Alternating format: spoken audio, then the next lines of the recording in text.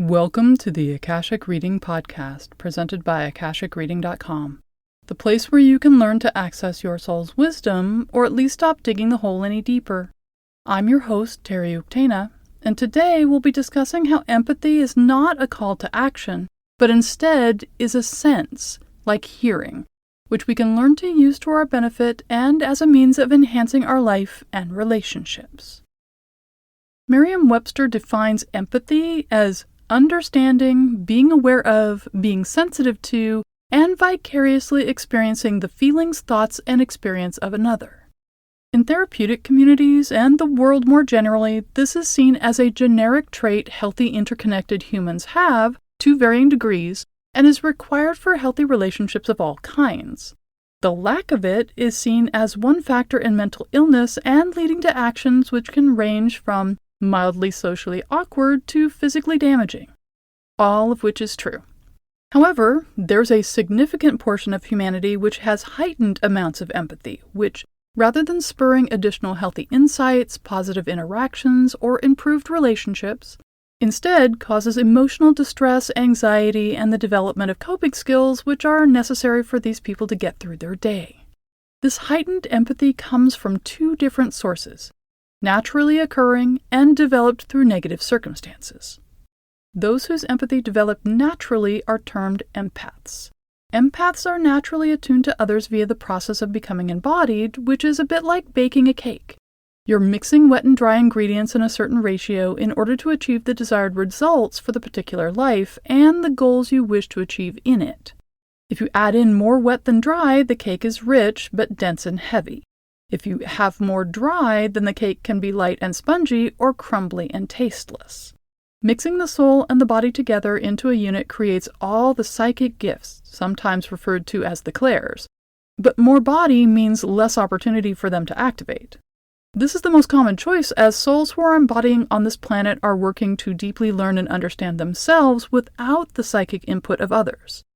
Being encased in a body here, where we can fully experience ourselves emotionally as well as spiritually without harming anyone else, where we can choose with whom and how much we communicate or connect, and where we are encouraged to connect, allows for an accelerated learning and becoming experience. Mixing more soul than body allows the person to retain their psychic abilities, including empathy, which is how souls identify and interconnect with each other. These abilities can then be utilized in a variety of ways during the embodiment at various times and in a multitude of situations. Maturing souls choose this option when they want to practice their boundaries and connection or communication skills. They can be working on lessons around just because you can doesn't mean you should, or concerning triggers and holding space with the additional input of being able to feel, see, or be the issues the other person is processing. Souls who have already matured into service work also use this mix in order to have the full suite of skills or even advanced psychic packages at their disposal, depending on the purpose for the embodiment. The ratio of soul to body is finely tuned, as the soul seeks to achieve specific goals, and so everything about the life is geared to focus them in this direction, including their psychic gifts. This doesn't mean they're guaranteed success, but it gives them a better than average chance. So then, for those whose empathy was developed through negative circumstances, there are different terms used instead of empathy, including hypervigilance and anxiety. Rather than having chosen a life where they wanted and encouraged interconnection at this physical, emotional, or mental level, people become attuned to others in this way in order to survive.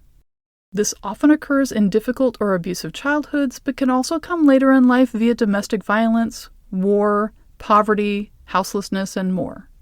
Once fully operative, it can keep the person safe, but it also makes relaxing back into a normal life difficult at best and regularly leaves the person overly sensitive to all human interactions. Empathy, whether naturally occurring or developed, is another sense, and like all of our senses, it's a physical thing.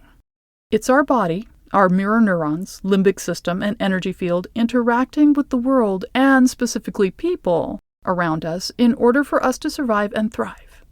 However, our body can also be a minefield of triggers or misjudge what is helpful in any given situation. No matter what age, when, or how much, if we perceive something to be negative, harmful, or abusive in our lives, our body kicks in to try and save us.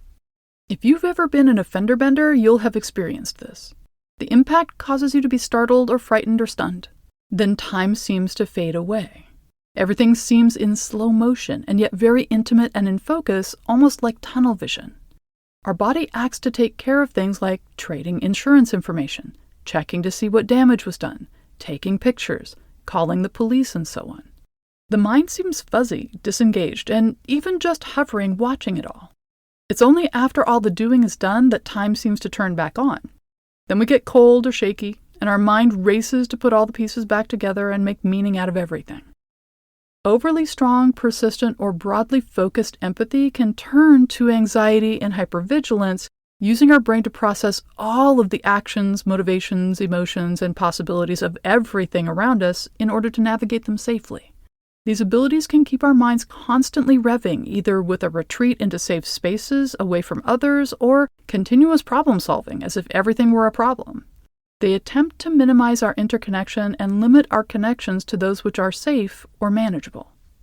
For those with empathy of either kind, learning to do energy work as part of their spiritual path or as a profession, or both, can seem like the obvious choice, but too often it leads to emotional flooding, overwhelm, emotional and physical exhaustion, depression, and the need to withdraw from people in all areas of life.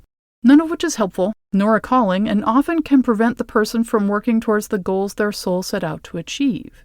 This doesn't mean empaths need to spend a life suffering through, struggling, or managing these senses, but instead they can learn what I think of as volume control.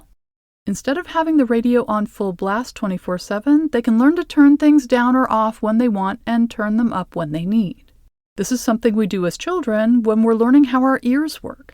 We don't have covers for them like our eyes, so we can't turn off our hearing, but we learn how to navigate our environment so we can focus on the sounds we want and minimize the ones we don't, even in a noisy environment. As a side note, on a scale of 1 to 10, anxiety lives in the range of 1 to 5.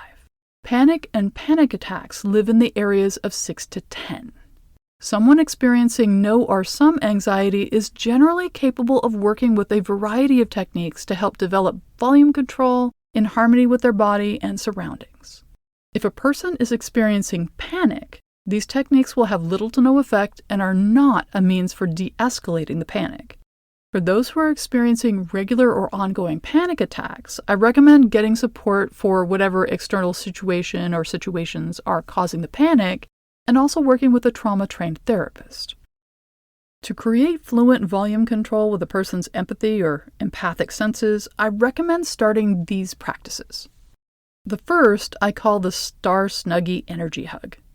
Normally, our ambient energy field, the one we use to extend our senses and interconnect with the world around us, is either a 3-inch suit which hugs our physical body, or an expanded egg or sphere extending 18 to 24 inches all around us. For this process, first extend your arms gently to their full range on either side of your body like wings.